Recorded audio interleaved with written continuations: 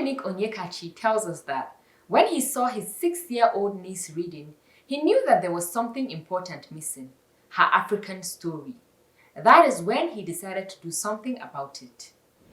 I went to a mini library and I discovered that not only were the stories there old, they were not representative. The characters they had there, they didn't have her hair, skin color, or they didn't look like her, or they didn't live in places she was familiar with, because she was born in Nigeria and she grew up in Nigeria. So I felt like children her age should have access to better stories, to more representative stories.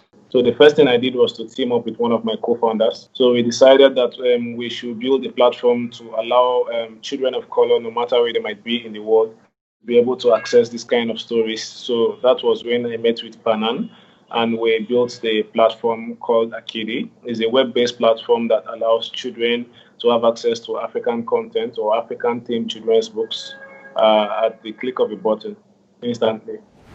Onyekachi says the platform will give children in Africa and around the world an insight into Africa's beauty and complexity.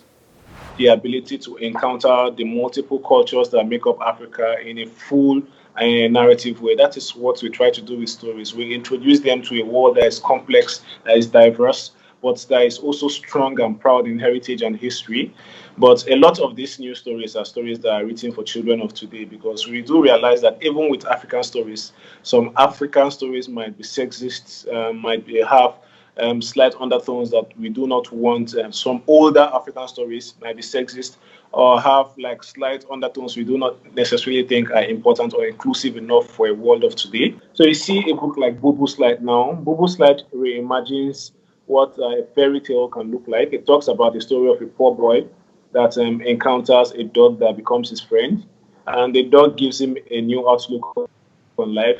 But you look at the story and you find out that we're incorporating a lot of things we felt that children should be thinking about in the 21st century. We talked about recycling, we talked about entrepreneurship, and we talked about conservation all in one story. But so my hope is that if children, especially Black children, are able to like find inspiration in one of the characters I create and decide that they are going to do something in the world as important as what that character did, I'm going to be fulfilled. That's like my vision. So that's why I try to use technology to make sure that as many children in the world as possible can see what we do and maybe decide to aspire to be something greater than what they are seeing around them. And that's exactly what I want to do.